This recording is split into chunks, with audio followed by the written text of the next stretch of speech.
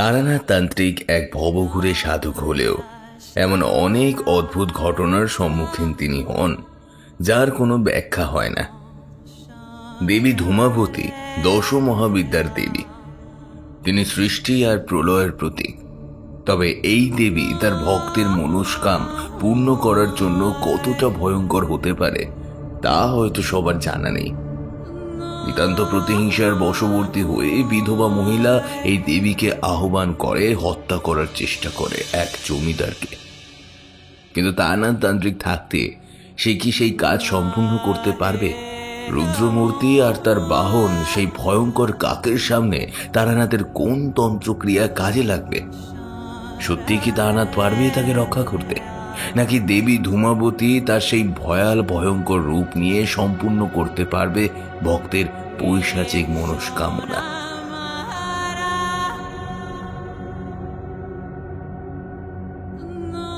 Hello everyone, আমি দিব্যেন্দু রয়েছি আপনাদের সাথে বঙ্গ কথা ইউটিউব চ্যানেলে। আপনাদের সবাইকে স্বাগত। আজ আপনি শুনতে চলেছেন সুকান্ত দাসের কলমে একটি তারানাথ তান্ত্রিক ফ্যান ফিকশন, তারানাথ তান্ত্রিক ও দেবী ধূমাবতীর মায়া। গল্পের সূত্রধার এবং তারানাথ তান্ত্রিকের চরিত্রে আমি দিব্যেন্দু। কানে হেডফোনটা পরে নিন এবং এই চ্যানেলে আপনি নতুন হয়ে থাকলে চ্যানেলকে সাবস্ক্রাইব করে নিন। শুরু হতে চলেছে আজকের গল্প।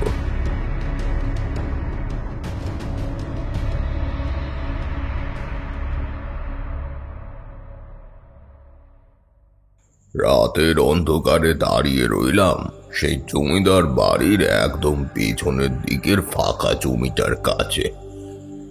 দাঁড়িয়ে দাঁড়িয়ে এদিক ওদিক দেখে চলেছি। বাতাসে অনেকক্ষণ ধরেই একটা মধুর সুগন্ধ এসে ঘুরছে। সুগন্ধটা নাকে এসে লাগলে যেন প্রাণ জড়িয়ে যায়, কিন্তু কোথা থেকে সেই গন্ধ ভেসে আসছে তা ঠিক বুঝতে পারছি না। সন্ধ্যাবেলাও আমি একবার এখানে এসে দাঁড়িয়েছিলাম, তখন এমন কিছু দেখিনি। তাহলে হঠাৎ করে এই গন্ধটা এখন এলো কোথা থেকে? কোনো কিছুই বুঝতে পারছিলাম না। হঠাৎ বাতাসে মাঝে মাঝে এই শরীরটা একটু শিরশির করে উঠছিল। গায়ের উপর জড়িয়ে রাখা কালো চাদরটা আর একটু ভালো করে জড়িয়ে নিলাম। জমিদার মশাই নিজে আমায় এই চাদরটা দিয়েছে। বলেছেন এই দিকটায় কিন্তু মাঝে মাঝে ঠান্ডা পড়ে, তাই ঠান্ডার সময় চাদর যেন আমি সবসময় সঙ্গে করে রাখি। যদিও জমিদার মশাই রাত্রের দিকে বাড়ির বাইরে যেতে বারণ করেছেন। অনেকক্ষণ ধরেই আমার মনে ঘুরছিল একটা কথা। আজকে বিকেলে আমি বাড়ির কাছে যাকে দেখতে পেয়েছিলাম সে আসলে কে? আর জমিদার মশাইয়ের বিধবা বোনের হাব ভাব কেমন যেন অদ্ভুত। সব সময় সে কেমন যেন একটা অদ্ভুত ঘোরের মধ্যে থাকে। আমি দাঁড়িয়ে দাঁড়িয়ে ভেবে চলেছি, এমন সময় দেখতে পেলাম বাড়ির পেছনের দিকে যে গ্রামের পথ রয়েছে সেই পথ ধরে কে যেন একটা হেঁটে যাচ্ছে। অবাক হয়ে গেলাম, রাতের বেলা এভাবে কে হেঁটে যাচ্ছে এই পথ ধরে? এক পা সামনের দিকে এগিয়েছি তাকে দেখব বলে, হঠাৎ করে একটা কাকের ডাক শুনতে পেলাম। সেটা শুনতে পেয়েই আমি থমকে দাঁড়িয়ে পড়লাম। রাতের বেলা এইভাবে কখনো কাক ডাকে না, আর যদিও ডাকে, এই কাকের ডাক অতি সাধারণ নয়, যেন ভীষণ কর্কশ। আর চারপাশের নিস্তব্ধতাটুকুকেও খান খান করে দিয়ে বারবার সে ডেকে চলেছে। মনের মধ্যে কৌতূহল হলো, এগিয়ে গিয়ে গ্রামের পথে দাঁড়িয়ে দেখি এত রাতে কেউ ওভাবে এগিয়ে চলেছে, যার আগমনে ওভাবে ভয়ঙ্কর কোনো এক কাক ডেকে উঠেছে। বেশ কয়েকবার সামনের দিকে এগিয়ে গেছি, এমন সময় পেছনের দিক থেকে জমিদার মশাইয়ের কণ্ঠস্বর শুনতে পেলাম। কে ওখানে? ঠাকুর মশাই নাকি? কণ্ঠস্বর শুনে আমি পেছনের দিকে তাকালাম। জমিদার মশাই বাড়ির বাইরে এসে দাঁড়ায়নি, কিন্তু দোতলার ব্যালকনির কাছে দাঁড়িয়ে এদিকে ফিরে আমায় দেখতে পেয়ে কথাটা বলেছে। আমি উত্তর দিতে একটু উদ্বিগ্ন গলায় বললেন, সে কি ঠাকুর মশাই, আপনি এত রাত্রে ওখানে কি করছেন? মানে কোনো সমস্যা হয়েছে নাকি? দাঁড়ান দাঁড়ান দাঁড়ান, আমি আসছি ওখানে। আমি কিন্তু চাইলেই তখনই ফিরে যেতে পারতাম, তাহলে জমিদার মশাইকে শুধু শুধু এতটা আসতে হতো না। কিন্তু আমি কেমন যেন একটা অদ্ভুত ঘোরের মধ্যে পড়ে গিয়েছিলাম। চাইলেও আমি সামনের দিকে এগিয়েও যেতে পারছিলাম না, আবার পিছিয়েও আসতে পারছিলাম না জমিদার মশাইয়ের দিক থেকে। জমিদার মশাই যখন আমার কাছে এসে আবার এই প্রশ্নটা করল, ঠাকুর মশাই, আপনি এত রাত্রে এখানে কি করছেন? শরীর খারাপ লাগছে না তো? না জমিদার মশাই, এমন কিছু না। আসলে ঘুম আসছিল না, তাই বাইরে একটু এসেছিলাম।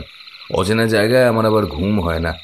তাছাড়া শ্মশানের জঙ্গলের এখানে ওখানে রাত কাটিয়ে আমার অভ্যাস আছে, তাই গৃহস্থ বাড়িতে বিছানায় শুয়ে ঘুম আসে না জমিদার মশাই।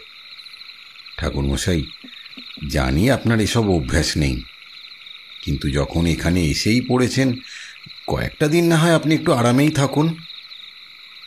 রাতের বেলা এই সময় বাইরে আসাটা ঠিক নয়। ঠাকুর মশাই, আপনাকে বারণ করার অধিকার আমার অন্তত নেই। তবে আর কয়েকদিন পরেই দেবী ধূমাবতীর পুজো। এই সময় দেবী মাঝে মাঝে এই স্থানে বিচরণ করে থাকেন। কিন্তু দেবী ধূমাবতী নিজেই স্থানে বিচরণ করেন, এ কথা তোমায় কে বলল? ওই মন্দির যখন প্রতিষ্ঠা হয়েছিল তারপর থেকেই এমনটা হয়। তবে গ্রামে যখন কোনো বিপদ এসে উপস্থিত হয়, তার আগেই কিন্তু দেবী ধূমাবতীকে দেখা যায়। আর তার সাথে সাথে দেখা যায় একটা মস্ত বড় কাক। তার দেখা পেলেই বোঝা যায় এই গ্রামে কোনো একটা বিপদ হতে চলেছে। প্রথম প্রথম আমি এসব বুঝতে পারতাম না ঠাকুর মশাই, কিন্তু এখন পারি। জমিদার মশাইয়ের কথায় আবার একটু অবাক হলাম। যদি সেটাই হয়, তাহলে একটু আগে আমি কাকে দেখেছি। স্পষ্টভাবে না দেখলেও একটা সাদা কাপড় পরিহিত কাউকে দেখতে পেয়েছি। সে ওই জমিদার বাড়ির পূর্ব দিকের থেকে যে রাস্তাটা গ্রামের দিকে চলে গেছে, সেই রাস্তাটা ধরে পশ্চিম দিকে চলে গিয়েছে। আর তারপরে সেই কাকের ডাক শুনতে পেয়েছি। তাহলে কি গ্রামে কোনো বিপদ উপস্থিত হতে চলেছে? সেই রাতে কিন্তু আমার ঘুম এলো না। জমিদার মশাইয়ের প্রবল আপত্তি সত্ত্বেও একতলার শেষের দিকের ঘরে আমি আমার জন্য বরাদ্দ করেছিলাম। গোটা রাত প্রায় জেগেই রইলাম। জানলাটা অর্ধেকটা খোলাই রেখেছিলাম। সেই জানলা দিয়ে পেছনের গ্রামের রাস্তাটা দেখা যায়।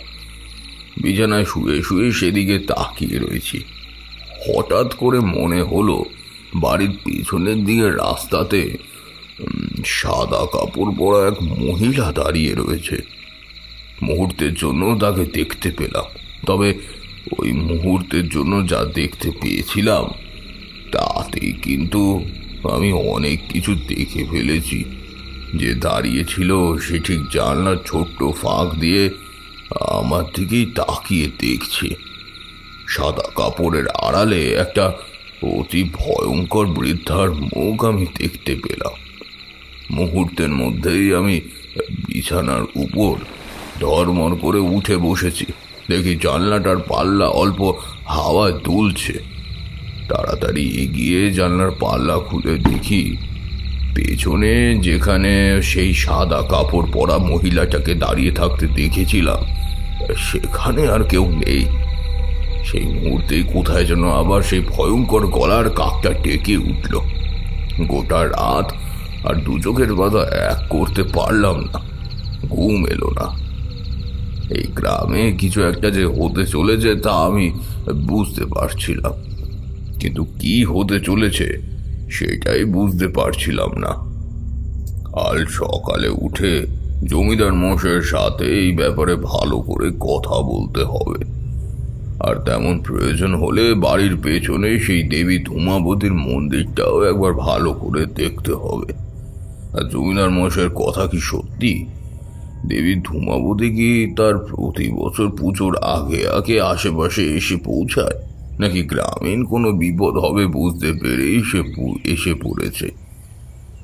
আমি তাহলে কাকে দেখলাম? এসব ভাবতে ভাবতেই দু চোখের পাতা এক হয়ে এসেছিল। ঠাকুরমশাই, অনেকদিন কোনো দেবদেবীর গল্প বলেননি। অনেকদিন আগে সেই একবার দেবী ধূমাবতীর গল্প বলেছিলেন, মনে আছে? তারপরে মধুসুন্দরীর গল্প তো শুনেছি, কিন্তু দেবী ধূমাবতীর গল্প কিন্তু আমাদের বেশ ভালো লেগেছিল। আচ্ছা, কোনো দেবদেবীর বাহন কি কাক হতে পারে? হতে পারে, সবই হতে পারে। সে তুমি আর আমি কে ঠিক করে দেবার? সেই প্রথা তো আজ বহু বছর ধরে তো এভাবেই চলে আসছে। শ্লোক আর গাথায় যা লেখা রয়েছে তার বাইরে তো কিছুই হবে না। তবে দেবী ধূমাবতী কিন্তু আর 5টা সাধারণ দেবদেবীর মতো নয়।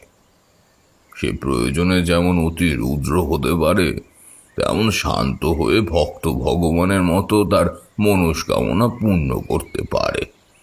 মনে করা হয় সৃষ্টির ধ্বংস ও সৃষ্টির মাঝে যে শূন্যতা থাকে, সেই শূন্যতাতেই আসলে এই দেবীর অবস্থান।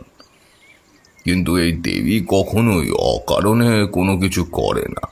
কারোর সর্বনাশ কিংবা কারোর মনস্কামনা পূর্ণ সব কিছুর পেছনেই কোনো একটা কারণ থাকে। শত্রু বিনাশের জন্য এই দেবীর শক্তিকে অনেকেই মাঝে মাঝে কাজে লাগানো হয়ে থাকে। তবে সে সব ভালো নয়। আসলে তন্ত্রমন্ত্র দেবদেবী কোনো কিছু নিয়েই ছেলে খেলা করা উচিত নয়। আপনি তো আপনার জীবনে অনেক দেবদেবীর দেখা পেয়েছেন কিংবা অনুভব করতে পেরেছেন। এই ধূমাবতী দেবীর সাথে আপনার কখনো সাক্ষাৎ হয়েছিল? তোমরা যেমন ভাবে ভাবছো, আসলে কিন্তু এসব কখনোই তেমন ভাবে হয় না। সাক্ষাৎ মানে তাকে অনুভব করতে হয়। তাকে কখনোই তার নিজের সত্তায় দেখা যায় না, তাকে অন্য কোনো রূপে দেখা যায়। আমি অনেকবারই অতি সাধারণ আর 4-5টা মানুষের মধ্যে তাকে দেখেছি। আমরা শুনেছি এই দেবদেবীর দেখা যারা পায় তারা নাকি ভালোভাবে থাকতে পারে না। কোনোভাবে তাদের মাথার গোলমাল দেখা যায়, কিংবা তারা মাঝে মাঝে মারাও যায়। এমনটা কেন হয়? আপনি তো বলেছেন দেবদেবী কখনোই কারো ক্ষতি করতে চায় না। এ কথা তোমরা অতি সহজে বুঝতে পারবে না। আসলে দেবদেবী কিংবা তার উচ্চ স্তরের আত্মা যদি সাধারণ কোনো মানুষের চোখের সামনে আসে, তখন তার স্বরূপ তারা সহ্য করতে পারে না। তাতেই তাদের মস্তিষ্কের বিকৃতি হয়। কিন্তু কখনো কখনো তারা মারা পর্যন্ত যায়। এতে কিন্তু সেই দেবদেবীর কোনো শক্তির প্রভাব থাকে না। এ হলো মানুষের অক্ষমতার ফল। অনেক হলো ঠাকুরমশাই, আপনি এবার ওই আমাদের দেবী ধূমাবতীর একটা গল্প বলুন তো, যে গল্প আপনি বলবেন বলেছিলেন। তোমরা বড় তাড়াতাড়ি অধৈর্য হয়ে পড়ো, বুঝতে পেরেছ? তোমাদের আর অধৈর্য করব না, শোনো তাহলে। সে যে সময়ের কথা বলছি তখন শরৎকাল। সেই সময়টা আমি কখনোই বাড়িতে থাকতাম না। মাঝে মাঝে আমি বাড়িতে ফিরে আসতাম ওই শীতের সময় কিংবা বর্ষার সময়। তাও প্রতি বছর যে আসতাম তাও কিন্তু নয়। কখনো যদি মায়ের জন্য মনটা কেমন করতো, তখনই ফিরে আসতাম। পৃথিবীতে ওই একটা শক্তি ছিল যে আমি বাড়ি ফেরার জন্য বাধ্য করে ফেলত। কিন্তু সেবার শরৎকালের সময় কেমন যেন মনে হলো একবার বাড়ি থেকে ঘুরে আসি। সেবার গিয়েছিলাম পশ্চিমের দিকে। জায়গাটা মনে নেই, তবে নদিয়া থেকে বেশ খানিকটা পশ্চিমের দিকে।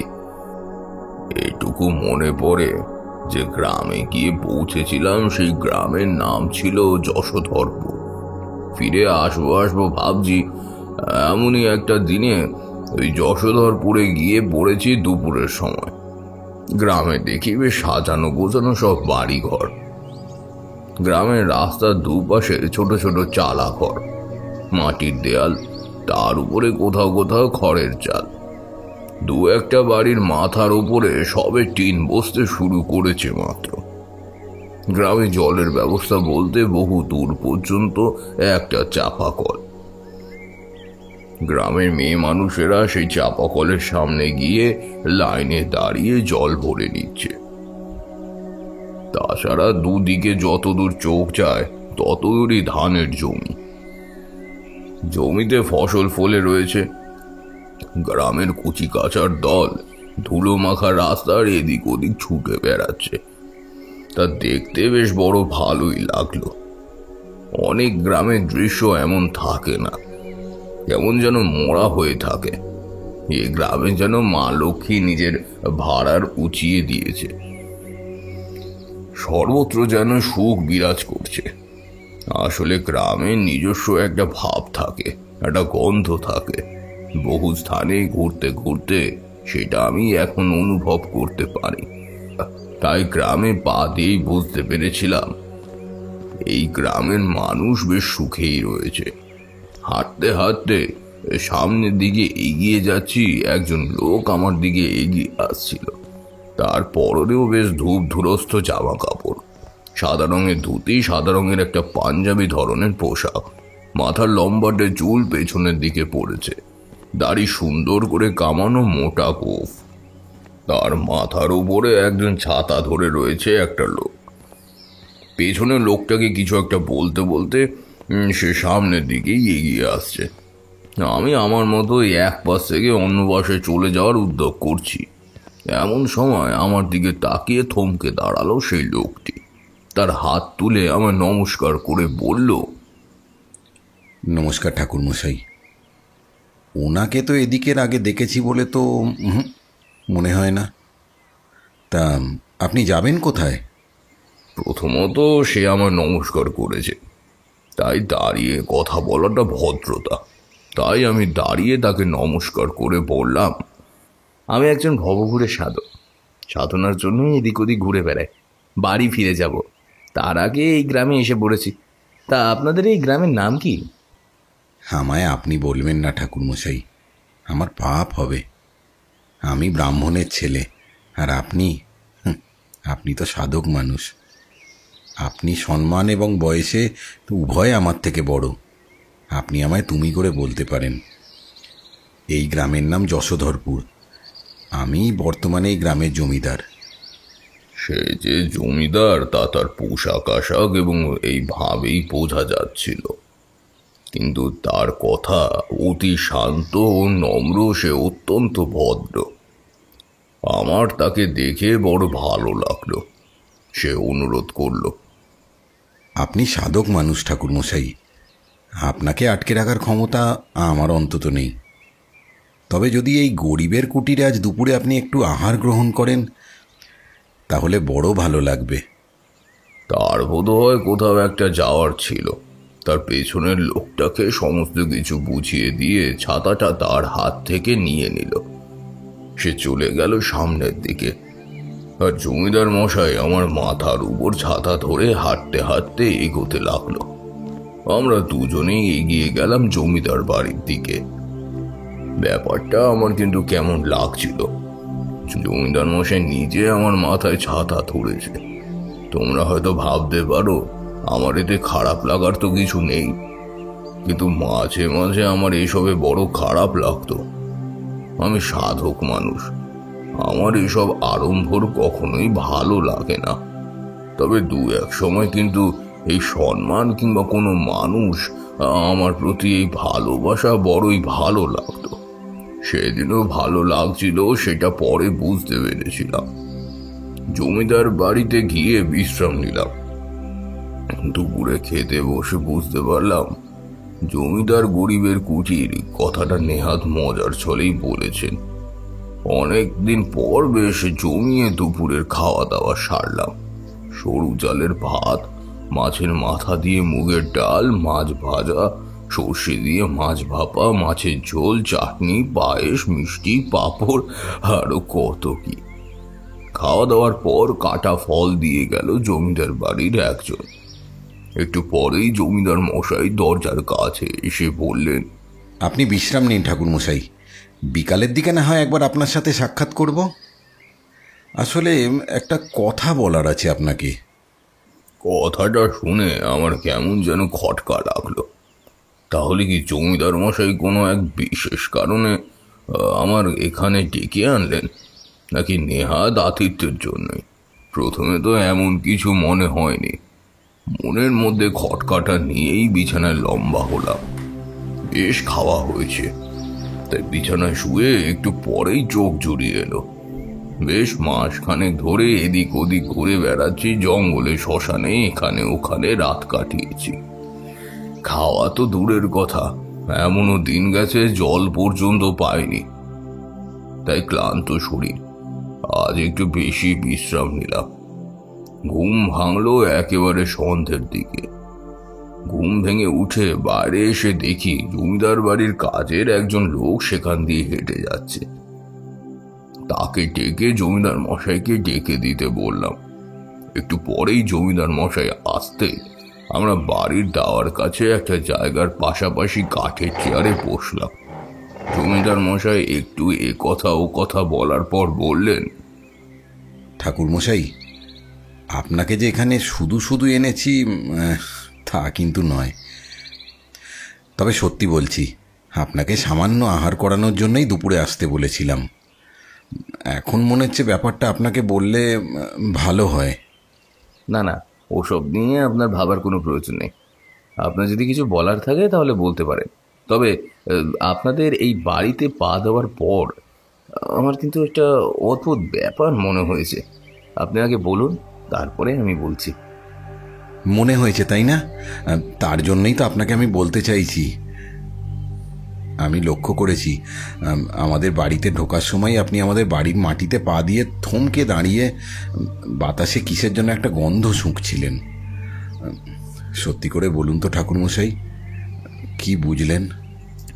আমি কিছু বললাম না, তাকে আগে বলার সুযোগ দিলাম। এমন অবস্থায় আমি নিজের থেকে বেশি কিছু বলে ফেললে তার বলতে অসুবিধা হতে পারে। জমিদার মশাই বলতে শুরু করলেন, আমাদের যেই বাড়িটা দেখছেন, এই দোতলা বাড়িটা বেশ কয়েক বছর আগে তৈরি হয়েছে। এই বাড়ি তৈরি করেছিলেন আমার ঠাকুরদা। তখন সেই গ্রামে সেই জমিদার ছিল। এই গ্রামের মানুষদের সাথে আমার ঠাকুরদা, এমনকি আমার বাবার সম্পর্কও বেশ ভালো। গ্রামের মানুষদের আপদে বিপদে আমরা যেরকম সাহায্য করেছি, যে কোনো সমস্যায় গ্রামের মানুষরাও আমাদের এসে সাহায্য করে গেছেন। সব কিছু না খুব ভালোভাবে চলছিল। তবে একদিন ঠাকুরদার সময় একটা অদ্ভুত অঘটন ঘটে যায়। আমাদের বাড়ি থেকে কোনো অভুক্ত বা ভিক্ষুক কখনো ফিরে যেত না। যাই হয়ে যাক না কেন, দুপুরে কিংবা দিনের যে কোনো সময় কেউ এলে তাকে নিরাশ করতো না কেউ। আমার ঠাকুরদা সেদিন ছিল এক ভীষণ ব্যস্ততম সময়। আমার বাবার জন্ম হতে চলেছে, বাড়িতে তাই নিয়ে হুলুস তুলুস কাণ্ড। আর সেই সময় একজন সাদা কাপড় পরা বৃদ্ধ মহিলা এসে পড়েছিল। আমাদের বাড়ির দরজার সামনেই দাঁড়িয়েছিলেন। তার রূপ যে কতটা কদাকার সেটা ভাষায় বলে প্রকাশ করা যাবে না। যে যে তাকে দেখেছে সেই দূরে সরে গেছে। সেই বৃদ্ধ আমাদের বাড়িতে এসে দুপুরে দুমুঠো খেতে চেয়েছিল।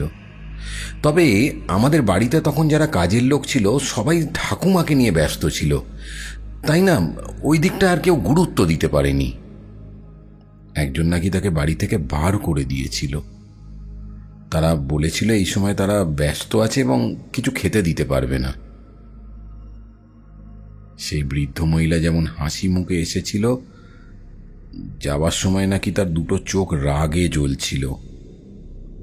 যাবার সময় সে অভিশাপ দিয়ে বলেছিল, যে অর্থের অহংকারে তোরা তোরা আমায় তাড়িয়ে দিলি, সে অর্থ তোদের থাকবে না। আমাকে আমাকে আবার তোদের ফিরিয়ে আনতে হবে। আমাকে ফিরিয়ে আনতেই হবে। তখন তখন তোরা বুঝবি। এরপর সে সেখান থেকে চলে যায়। তবে যে কাজের লোকটি তাকে ফিরিয়ে দিয়েছিল সে আরও একটা দৃশ্য দেখেছিল। ওই বৃদ্ধা লোকটি বাড়ি থেকে বেরোবার আগেই কোথা থেকে যেন একটা কালো রঙের বড় সড়ো কাক এসে তার কাঁধে বসেছিল। আর বৃদ্ধাটি যাওয়ার সময় তার হাতে কোথা থেকে যেন একটা ভাঙা কুলো এসে পড়েছিল। সেগুলো দিয়ে সেই বাড়ির দিকে অদ্ভুতভাবে বাতাস করতে করতে বেরিয়ে গিয়েছিল। কাজের লোকটি তখন আর সেই সমস্ত মনে রাখেনি। এদিকে সেদিন আমার বাবার জন্ম হয়েছিল। দুর্ঘটনাটা ঘটল তখনই প্রথম। বাবার জন্ম হতে গিয়েই ঠাকুমা মারা গেলেন। অনেক পরে যখন গোটা ঘটনাটি কাজের লোকটি ঠাকুরদাকে বলেছিল, তখন ঠাকুরদা বেশ গম্ভীর হয়ে পড়ে। একে তো এমন একটা দিনে বাড়ি থেকে একজনকে তাড়িয়ে দেওয়া হয়েছে, তার উপরে সে আমাদের অভিশাপ দিয়েছে, আর সেদিনই বাড়ির লক্ষ্মী মারা গিয়েছে। আমাদের গ্রামের একজন পুরোহিত মশাই ছিল। সেই পুরোহিত মশাই আমাদের বাড়ির সমস্ত কাজকর্ম করত। তার সাথে সলা পরামর্শ করে ঠাকুরদা বুঝতে পারেন যে এসেছিল সে সাক্ষাৎ কোনো উচ্চ স্তরের শুভ শক্তি কিংবা অশুভ শক্তি। তার জন্যেই এই সমস্ত কিছু হয়েছে। কিন্তু তাকে তো এভাবে ফিরিয়ে আনা যাবে না। আর যদিও বা তাকে ফিরিয়ে আনা যায়, তাতে তো ঠাকুমা ফিরে আসবে না। তাহলে কি করা যায়? এসব ভাবতে ভাবতেই আমাদের জমিদারির পতন শুরু হয়ে গেল। আজ এই সমস্যা তো কালকে ওই সমস্যা। ঠাকুরমশাই, দেখতে দেখতে আমাদের অর্থের ভাণ্ডারেও টান পড়তে থাকে। ঠাকুরদা বুঝতে পারে এই সব কিছু হয়ে চলেছে ওই বয়স্ক বৃদ্ধাকার কদাকার দেখতে মহিলাটির জন্য। কিন্তু সে কে? তার এত ক্ষমতা কি করে হলো? একটা মাত্র মুখের কথায় তার এত কিছু হয়ে গেল। ঠাকুরদা অনেক চেষ্টা করলেন জমিদারি বাঁচানোর। জমিদারি টিকলো বটে, কিন্তু আগের মতো তার রমরমা রইল না। নেহাত ঠাকুরদার সাথে গ্রামের মানুষদের সম্পর্ক ভালো ছিল, তাই তারা দুঃসময় ঠাকুরদার পাশে এসে দাঁড়ালো। এমন করতে করতে ঠাকুরদাও অসুস্থ হয়ে পড়লেন। ততদিনে দেখতে দেখতে বাবা খানিকটা বড় হয়ে গিয়েছে। আমাদের বাড়ির নায়েব মশাইয়ের জন্যই জমিদারি খানিকটা টিকে ছিল। বাবা আর নায়েব মশাই দুজনে মিলে সেই সমস্ত দেখত। বাবার যখন 18 বছর পূর্ণ হলো, তখনই ঠাকুরদা জোর করে তার বিয়ে দিয়ে দিলেন। আর তারপরেই ঘটল আরও একটা ঘটনা। আমার মা একদিন রাত্রে স্বপ্ন দেখলেন একজন মেয়ে মানুষ আমাদের বাড়ির পেছনের দিকে দরজাটার কাছে বসে রয়েছে। গ্রামের পেছনের রাস্তাটার উপর একটা অদ্ভুত রথ যেন দাঁড়িয়ে আছে। সেই রথের গা থেকে উজ্জ্বল সোনালী রঙের আলো বাইরে বেরিয়ে আসছে, কিন্তু ভালোভাবে সেই রথ দেখা যাচ্ছে না। বৃদ্ধা মহিলাটি বাড়ির দরজার কাছে দুটো পা মেলে বসে রয়েছে। তার হাতে ধরা রয়েছে একটা মানুষের মাথা, আর সেই মানুষের মাথাটা দেখতে সম্পূর্ণ আমার ঠাকুরদার মতো। সেই বৃদ্ধা মহিলাটি মানুষের মাথার তলার দিক থেকে বেরিয়ে আসা দলা দলা রক্ত ছুঁড়ে দিচ্ছে আমার সামনে বসে থাকা একটা বিভৎস সুদর্শন কালো কাকের দিকে। আর সেই কাকটাও কা কা শব্দ করে সেই রক্ত মাংস তুলে তুলে খাচ্ছে। স্বপ্নটা দেখে আমার মা বেশ ভয় পেয়ে ঘুম থেকে উঠে পড়েন। পরের দিনই পুরোহিত মশাইকে ডেকে পাঠানো হয়। সমস্ত কিছু দেখে শুনে বিচার করে তিনি জানান এ কোনো সাধারণ শক্তির কাজ নয়। যখন আমার ঠাকুমা মারা গিয়েছিল, তখন আমাদের বাড়িতে যে এসেছিল এ তারই কাজ। নিশ্চয়ই সে কিছু একটা বলতে চাইছে, কিছু একটা আভাস দিতে চাইছে।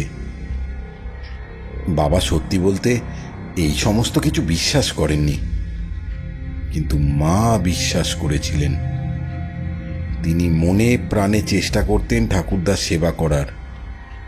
বুঝে কিংবা না বুঝে তিনি বুঝতে পেরেছিলেন যে ঠাকুরদা আর বেশি দিন বাঁচবে না। তারপরে একদিন রাত্রে বাবা এই দোতলার বারান্দায় দাঁড়িয়ে থাকতে থাকতে সত্যিই পেছনে দরজাটার কাছে দেখতে পায় সেই সাদা কাপড় পরা বৃদ্ধ মহিলাকে।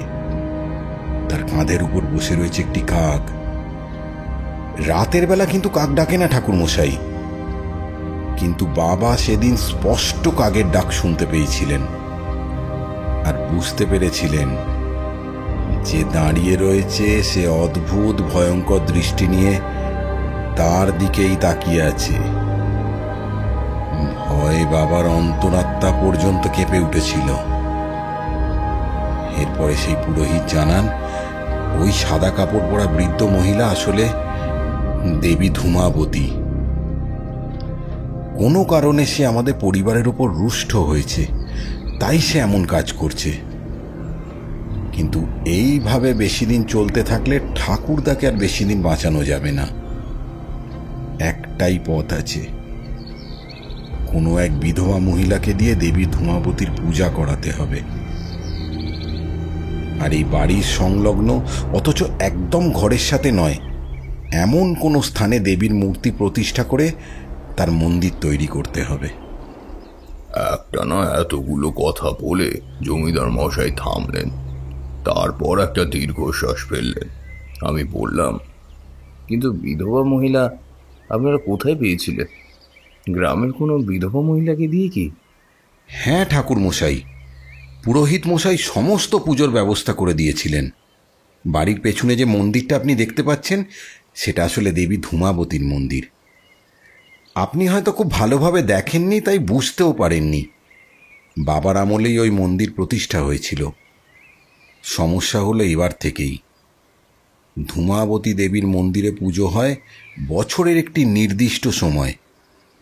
যেদিন ওই মন্দির প্রতিষ্ঠা হয়েছিল ঠিক সেই দিন। আর তার আগে গ্রামের আশেপাশে দেবী ধূমাবতীর আভাস অনেকেই বুঝতে পারে, তবে তাকে কেউ দেখতে পায় না।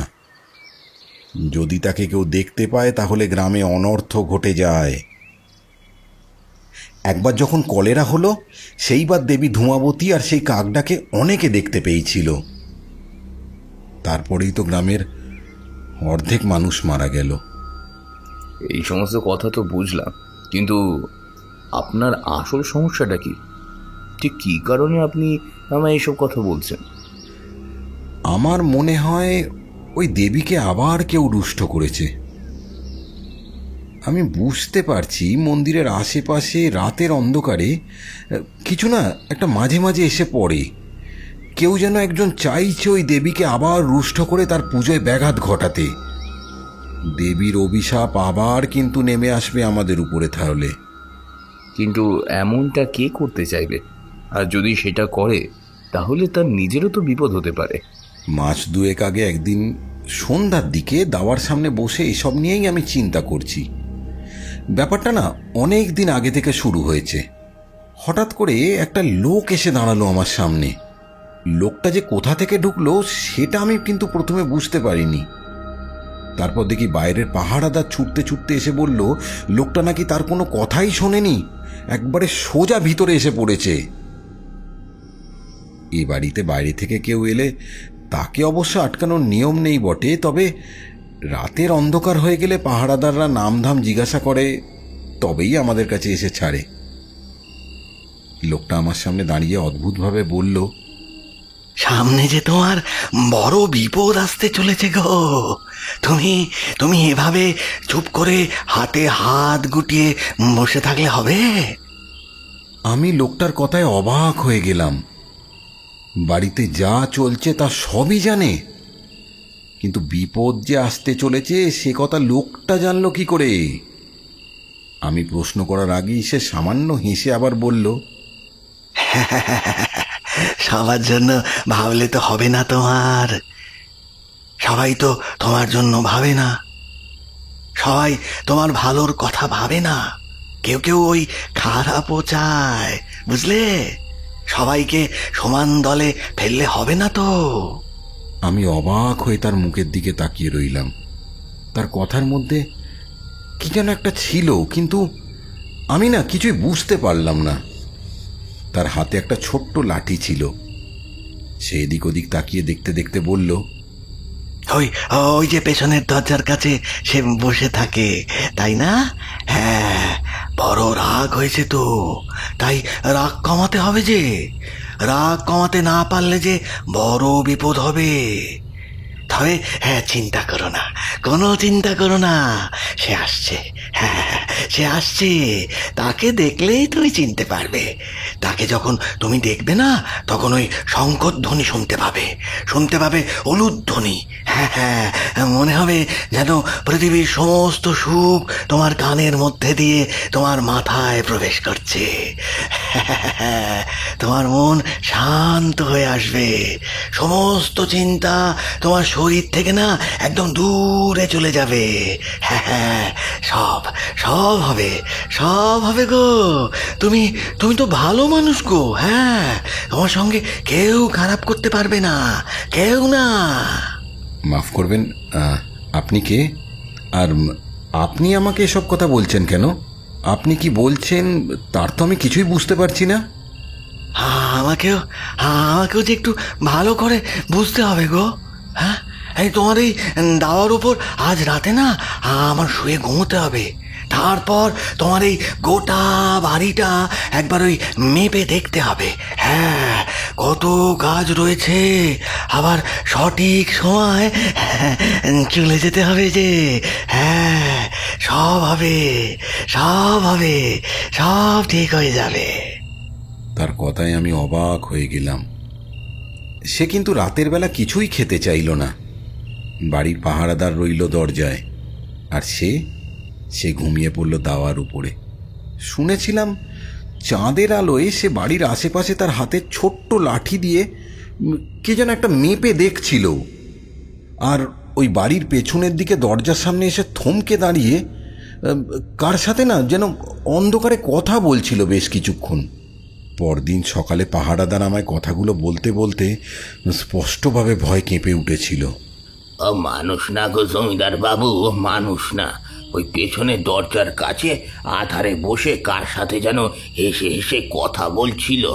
ও নিশ্চয়ই সাক্ষাৎ ভূত প্রেত।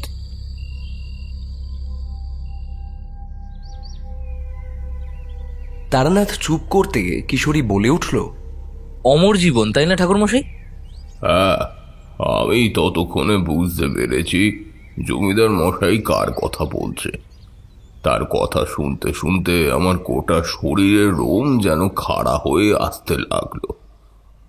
আবার সেই অমর জীবন প্রতিবার আমার আগে আগে এসে আমার আগমনের বার্তা দিয়ে যায়। ব্যাপারটা যে সব সময় হয় তা কিন্তু নয়। কিন্তু কেন আমার সাথে তার আর দেখা হলো না কেন? আমি কেমন যেন শান্ত তবে হতাশ গলায় বললাম, সে যখন আপনাকে বলে গেছে তখন তো হবেই, কিন্তু আপনার কি বিপদ হতে চলেছে সেই সম্পর্কে সে আপনাকে কিছু বলেছে? সে বলেছিল সবই পরে আমি বুঝতে পারবো। আপনাকে যখন আমি দেখেছিলাম তখনই আমার কাছে কোনো এক বাড়ি থেকে শঙ্খধ্বনি আর উলুধ্বনি ভেসে আসছিল। সঙ্গে সঙ্গে মাথা থেকে সমস্ত চিন্তাও যেন উধাও হয়ে গেল।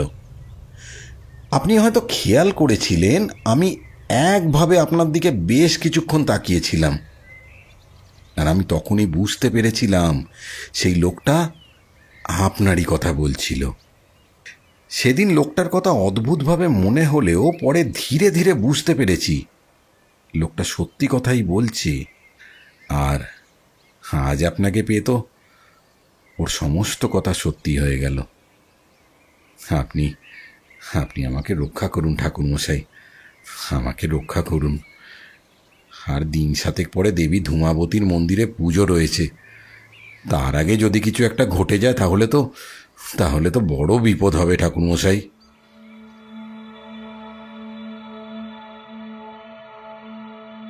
কিন্তু কি এমন হয়েছিল? ওই মন্দিরে উচ্ছিষ্ট কিংবা অপ্রয়োজনীয় বস্তু ফেলে কে জমিদার বাড়ির বিপদ চাইছিল? কে চেয়েছিল সেটা প্রথমে বুঝতে পারিনি, কিন্তু সেদিন রাতে বুঝতে পেরেছিলাম গ্রামে কিছু একটা হতে চলেছে। এমন সময় দেখতে পেলাম বাড়ির দিক থেকে একজন সাদা কাপড় পরা মহিলা হাঁটতে হাঁটতে এসে ঢুকলো ধূমাবতীর মন্দিরে।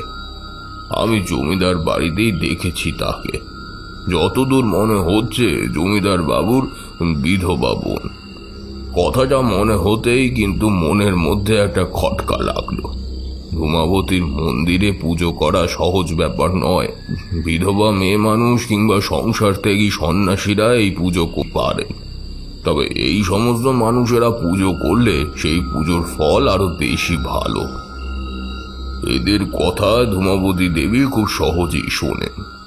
মন্দিরে ঢুকে সে একবার মুখ ফিরিয়ে আমার দিকে তাকালো। আমি আর সেখানে দাঁড়ালাম না, হাঁটতে হাঁটতে চলে এলাম বাড়ির পেছনের দিকে, যেখানে কাল রাতে সেই বৃদ্ধ মহিলাটাকে আমি দেখেছিলাম। সেখানে মনের মধ্যে একসাথে অনেকগুলো চিন্তা ভাবনা ঘুরে ফিরে আসতে লাগলো। আসলে কি হচ্ছে জমিদার বাড়িতে? জমিদার বাড়িতে কি আবার সত্যিই দেবী ধূমাবতীর কোপ এসে পড়বে? কাল রাতে তো আমি নিজেও তাকে দেখেছি। যদি সেই দেবী ধূমাবতী হয় তাহলে তো এই গ্রামে সর্বনাশ হতে চলেছে। অন্তত জমিদার মশাই তো আমায় মিথ্যে কথা বলবেন না। মনের মধ্যে এই সমস্ত চিন্তা ভাবনা নিয়ে প্রায় দুপুর পর্যন্ত কাটলো। দুপুরের দিকে গ্রামের একজন পুরোহিত এসে পড়ল। পুরোহিতের সাথে কথা বলে জানতে পারলাম 2-1 মধ্যেই সেই পুজো শুরু হবে। কথা বলতে বলতে এক সময় পুরোহিতকে জিজ্ঞেস করলাম, আচ্ছা, এই দেবী ধূমাবতীর পুজোতে বিধবা কোনো মানুষ যদি পুজো করে তাহলে সেই পুজোতে কাজ বেশি হয়, তাই না? ঠিকই বলেছেন ঠাকুরমশাই। আসলে এই জমিদার মশাইয়ের এই বোন বিধবা হয়ে যখন এখানে ফিরে এসেছিলেন, তারপর থেকে ওই প্রতি বছর সে নিজেই পুজো করে আর কি। ওই যে মন্দিরের মধ্যে জীবজন্তুর মৃতদেহ, তারপর হাড়গোড়, অন্য অদ্ভুত সব জিনিসপত্র যে ফেলা হচ্ছে, তার প্রতিফল কি হতে পারে? দেবী ধূমাবতী ভয়ঙ্কর এক দেবী। সে যেমন শান্ত তেমনি রুদ্রমূর্তি ধারণ করতে পারে। সে খুশি হলে ভক্তের মনস্কামনা পূরণ করে, কিন্তু রুষ্ট হলে ভক্তের গোটা পরিবার ছাড়খাড় করে দিতে পারে। যদি একবার দেবী কষ্ট হয় তাহলে জমিদার মশাইয়ের পরিবারের বড় বিপদ রয়েছে ঠাকুর মশাই। আমি এটাই আন্দাজ করেছিলাম। তাই কাল রাত্রে আমি যা দেখতে পেয়েছিলাম সেই কথাই আমি খুলে বললাম। আমার কথা শুনতে শুনতে পুরোহিত মশাই অবাক হয়ে গেলেন। আপনি ঠিক দেখেছেন। ওই ওই পিছনের দরজার কাছেই বসেছিল তো? আর আর কাকটাকেও দেখেছিলেন? কাকটাক আমি দেখিনি, তবে বেশ কয়েকবার তার ডাক শুনেছিলাম। এমনকি তার ডাক শুনে আমি পেছনে গিয়ে দাঁড়িয়েছিলাম। আমিও শুনেছি পুরোহিত মশাই। আমি যখন দেখলাম ঠাকুর মশাই পেছনের ওই দরজাটার কাছে দাঁড়িয়ে আছে, তখন আমিও সেদিকে গিয়েছিলাম। পেছনের দরজার কাছে তো আর সহজে যাওয়া যায় না। কিছু একটা হতে চলেছে। আমার কেন জানি না মনে হচ্ছে দেবী মায়ের পুজোর দিনে কিছু একটা ঘটবে। হে ভগবান, কারোর যেন কোনো ক্ষতি না হয়, কারোর যেন কোনো ক্ষতি না হয়। দেখতে দেখতে আরো 2 দিন কেটে গেল। পুজোর দিন এসেই পড়লো এর মধ্যেই, কিন্তু তেমন কিছুই হয়নি। শুধু রাতের বেলা বাড়ির সবাই ঘুমিয়ে পড়লে আমি বাড়ির বাইরে চলে যেতাম, এদিকে ওদিকে ঘুরে বেড়াতাম, তবে বাড়ির চৌহদ্দির বাইরে যেতাম না। মাঝে মাঝে একটা কাকের ডাক শুনতে পেতাম বটে, তবে সেই বৃদ্ধ সাদা কাপড় পরা মহিলাটাকে আর দেখতে পেতাম না। একদিন রাতে শুধু একটা অদ্ভুত শব্দ শুনতে পেয়েছিলাম, যেন একটা রথের চাকা গড়িয়ে যাচ্ছে গ্রামের পথ ধরে, এমন শব্দ। কিন্তু এদিক ওদিক ঘুরে বেরিয়েও কোথাও কিছু দেখতে পাইনি আমি। বুঝতে পারছিলাম এই জমিদার বাড়ির আশেপাশে কিছু কিছু একটা কালো মেঘের মতো আস্তে আস্তে ঘনিয়ে আছে। তবে এর অন্তিম পরিণতি কি হবে সেটা তখনও বুঝে উঠতে পারিনি। পুজোর দিন সন্ধে পর্যন্ত সবকিছু ভালোভাবেই চলল। সন্ধ্যের একটু পরে মূর্তি পুজো শুরু হবে। পুরোহিত মশাই থাকবেন, তার সাথে জমিদার মশাইয়ের সেই বোন মন্দিরের ভেতরে পুজো করবেন। গ্রামের অনেকেই এসে উপস্থিত হয়েছে। বাড়ির পেছনের দিকে সেই মন্দিরের আশেপাশে লোকজন ছড়িয়ে ছিটিয়ে বসে রয়েছে। জমিদার গিন্নি এই কয়েকটা দিন বাড়িতে ছিলেন না, তিনিও ফিরে এসেছেন। জমিদার বাড়িতে লোক বলতে কিন্তু বেশিরভাগ কাজের লোক। জমিদার গিন্নি আর তার বোন ছাড়া জমিদারের নিজের আর কেউ নেই। নায়েব রয়েছে, আরো দু একজন হিসেবপত্রের লোকজন রয়েছে। সবাই সেখানে উপস্থিত রয়েছে। পুজো চলছে নিজের মতো। হঠাৎ করে মন্দিরের ভেতর থেকে পুরোহিত মশাই চিৎকার করে উঠলেন। তাড়াতাড়ি আমরা এগিয়ে গিয়ে দেখতে পেলাম এক ভয়ঙ্কর দৃশ্য। দেবী মূর্তি যেখানে বসে রয়েছে তার এক পাশে মাটির রথের গায়ে একটা কালো রঙের কাক বসেছিল। সেই কাকটার মুখ থেকে টপ টপ করে রক্তের ফোঁটা নিচে বেয়ে পড়ছে। স্পষ্ট মনে আছে একটু আগেও আমি মন্দিরের একদম কাছে এসেছিলাম, তখন এমন দৃশ্য দেখতে পাইনি। সর্বনাশ হয়ে গেছে, সর্বনাশ হয়ে গেছে। ওই দেবী মা লক্ষণ দিয়েছেন এ গ্রামের চরম বিপদ হতে পারে। জমিদার মশাই কোথায়? জমিদার মশাই একটু আগেই ওখানে ছিলেন। হঠাৎ করে তিনি কোথায় গেলেন? সবাই জমিদার মশাইকে খুঁজতে লাগলো। পুরোহিত তার সেই মন্ত্র পড়তে লাগলেন। পুজোয় দেবী মাকে তুষ্ট করার চেষ্টা করতে লাগলেন। আমি আস্তে আস্তে এগিয়ে যেতে লাগলাম জমিদার বাড়ির দিকে। সকলেই যখন জমিদার বাড়ির পেছনে, আমি তখন একতলার ঘর থেকে উঠে চিৎকার করে ডাকতে দোতলার দিকে যাচ্ছি। আর ঠিক তখনই দোতলার দিক থেকে একটা কেমন যেন গোঙানির শব্দ শুনতে পেলাম। শব্দটা শুনে তাড়াতাড়ি একতলা সিঁড়ি দিয়ে দোতলার কাছে উঠে এসেছি। দেখি জমিদার মশাইয়ের ঘরের দরজা খোলা। তাড়াতাড়ি দরজার সামনে যেতে ঘরের ভেতরে হ্যারিকেনের আলোয় যে দৃশ্যটা আমি দেখতে পেলাম তাতে আমার বুকের ভেতরটা কেমন যেন থরথর করে কেঁপে উঠল। জমিদার মশাই ঘরের মেঝেতে শুয়ে ছটফট করে চলেছে আর দু হাতে নিজের গলা চেপে ধরে অদ্ভুতভাবে ঘুমাচ্ছে। আমি ঘরের মধ্যে ঢোকার জন্য পা রাখতে যাব, ঠিক তখনই দেখতে পেলাম ঘরের জানলাটার কাছে বসে রয়েছে একটা কালো রঙের কাক। আমায় দেখতে পেয়ে সে অদ্ভুত একটা কর্কশ স্বরে ডেকে উঠল। আমি মনে মনে মধুসুন্দরী দেবীর নাম জপ করলাম। তারপর ঘরের ভেতরের দিকে তাকিয়ে বললাম, আমি জানি এই সমস্ত কিছু হচ্ছে মায়ের নির্দেশে, কিন্তু মা, তোমার এই সন্তান তো কোনো ভুল করেনি। তাহলে কেন তোমার এই সন্তানকে এত শাস্তি দিচ্ছ? ওকে ছেড়ে দাও মা। আমার কথার উত্তরে তেমন কিছুই হলো না। আবার সে কাকটা অদ্ভুতভাবে ডেকে উঠে ঘরের ভেতরে টানা ঝাপটে ঘুরতে লাগলো। ততক্ষণে রাত হয়ে এসেছে। রাতের বেলা কোনো কাক ডাকে তা তো দূরের ব্যাপার, সহজে বাইরেই আসে না। আর এই কাকটা যেন অতি সাধারণ কোনো কাকের থেকে আরো বেশি লম্বা। উঠতে উঠতে সে মাঝে মাঝে ছিটকে এসে পড়তে লাগলো জমিদার মশাইয়ের গায়ের উপর।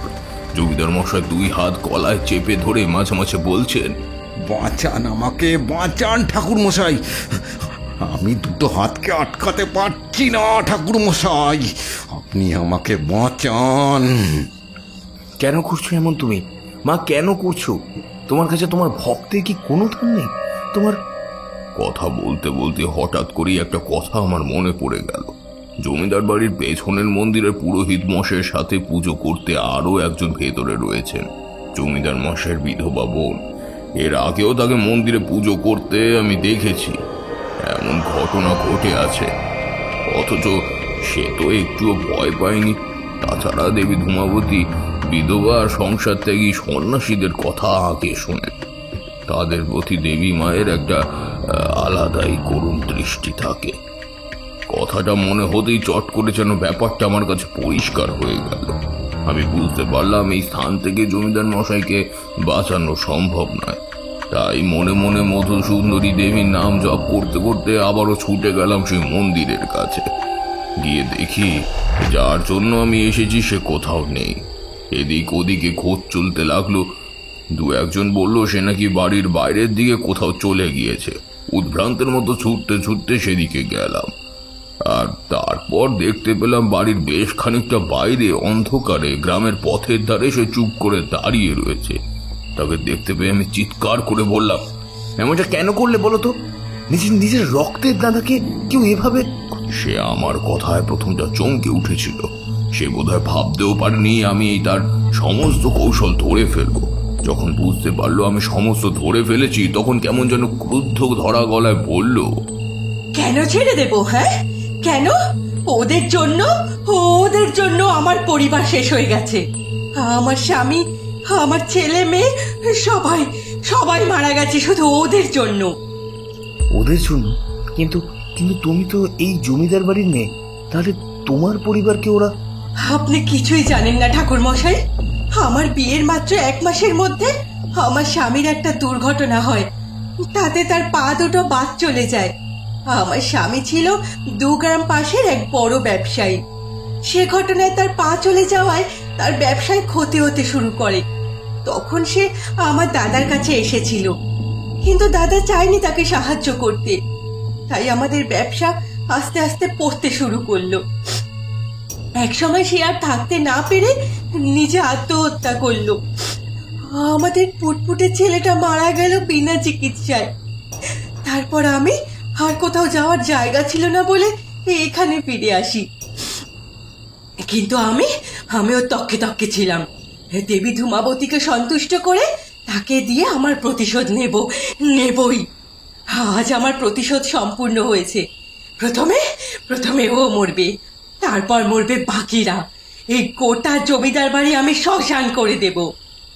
দেখো মা, তোমার সাথে যা হয়েছে তা অন্যায় হয়েছে, কিন্তু তাই বলে তুমি একজন মা হয়ে এমন অন্যায় কেমন ভাবে করতে পারো? তুমি নিজে ভুল পথে একজন দেবীকে সন্তুষ্ট করে তাকে দিয়ে অন্যায় কাজ করাচ্ছ। মেয়ে মানুষটি কেমন যেন হাউমাউ করে কেঁদে উঠল। এবার কাঁদতে কাঁদতে মাটির উপর বসে পড়ে বলল,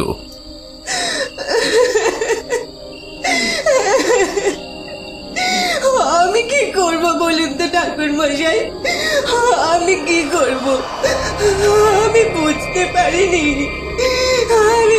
পারিনি যে এমন কিছু হবে। তাই ভয়ে আমি এখান থেকে চলে যাচ্ছিলাম।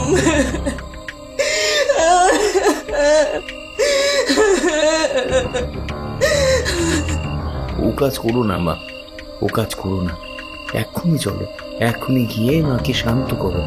তুমি তাকে এই কাজ করতে উদ্ধত করেছো, তুমি তাকে শান্ত করতে পারবে। তুমি ছাড়া আর কেউ তাকে এই অনর্থ করা থেকে আটকাতে পারবে না। আধো অন্ধকারের মধ্যে সে আমার দিকে বেশ কিছুক্ষণ তাকিয়ে রইল।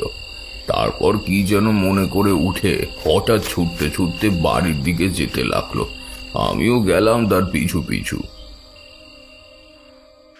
এতটা বলেই হঠাৎ করে তারানাথ চুপ করল। তারপর কি হয়েছিল?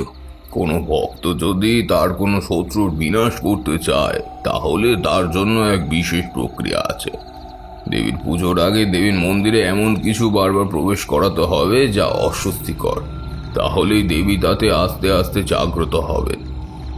আসলে দেবী ধূমাবতীর ক্ষেত্রে এমন অনেক নিয়ম লক্ষ্য করা যায়, সেগুলো আর 5টা সাধারণ দেবদেবীর ক্ষেত্রে লক্ষ্য করা যায় না।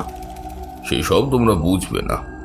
তবে জমিদারের বিধবা বোন কোনোভাবে দেবীকে নিজের প্রতি আকৃষ্ট করেছিল। তারপর নিজের রক্তই কাকের মুখে দিয়ে দেবীকে জানিয়েছিল। কোথা থেকে সেই কাজ করতে শিখেছিল তা আমি জানি না, কিন্তু সেদিন রাতে পুরোহিত মশাই আর জমিদারের বোনের অনেক প্রচেষ্টায় দেবী আবার শান্ত হয়। আমি গিয়ে দাঁড়িয়েছিলাম জমিদার মশাইয়ের ঘরের কাছে। বিশ্বাস করো, ওই ঘরের খোলা দরজা দিয়ে ভেতরের দিকে ঢুকতে পারিনি আমি। কি একটা অদৃশ্য বাধা আমায় বারবার ঠেলে বাইরের দিকে পার করে দিচ্ছিল। আর আমি যখন ওপরের ঘরে গিয়েছিলাম, তখন যে দৃশ্য দেখেছিলাম, সে দৃশ্য আমি কখনো ভুলবো না। গোটা ঘরের মধ্যে উড়ে বেড়াচ্ছে একটা নয় অনেকগুলো কাক, আর তাদের চিৎকারের শব্দে গোটা ঘর যেন ভরে গিয়েছে। জমিদার মশাই অজ্ঞান হয়ে মেঝেতে পড়ে আছেন।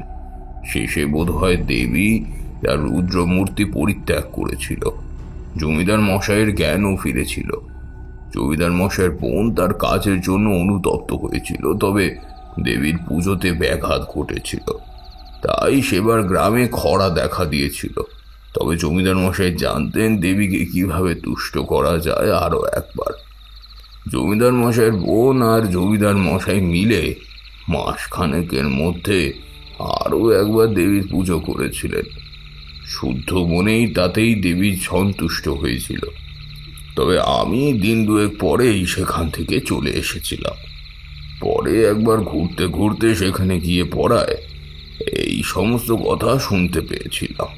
আচ্ছা ঠাকুরমশাই, এই দেবীকে এমন দেখতে কেন? মানে বৃদ্ধা কদাকার এক বিধবা মহিলার সাজ। এই দেবী এমনই, মনে করা হয় সতীর দগ্ধ শরীর থেকে এই দেবীর আবির্ভাব হয়েছিল। তাছাড়া এই দেবী দশমহাবিদ্যার সপ্তম দেবী।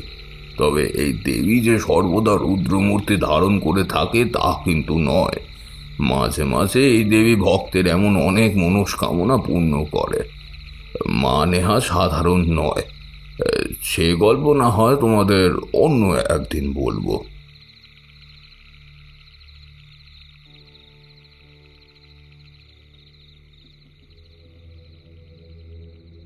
শুনছিলেন সুকান্ত দাসের কলমে তারানাথ তান্ত্রিক ও ধূমাবতীর মায়া। গল্পে তারানাথ তান্ত্রিকের চরিত্রে ছিলাম আমি দিব্যেন্দু। অন্যান্য চরিত্রে অভিক, সৌরভ, পার্থসারথী, রাজ, দীপ্তিমান, পূজা, তৃষা। আবহতে ফিনিক্স।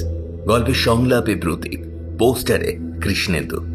সমগ্র পরিচালনায় টিম বঙ্গকথা। গল্পটি আপনাদের কেমন লাগলো তা আমাদের জানাবেন আমাদের ইউটিউব কমেন্ট সেকশনে। আর এই চ্যানেলে আপনি নতুন হয়ে থাকলে চ্যানেলটি সাবস্ক্রাইব করে বেল আইকনটা ক্লিক করে রাখবেন, যাতে নতুন গল্প আসলেই আপনি তা শুনতে পারেন। আজকের জন্য বিদায়। ভালো থাকবেন, সুস্থ থাকবেন আর শুনতে থাকবেন আমাদের বঙ্গকথা।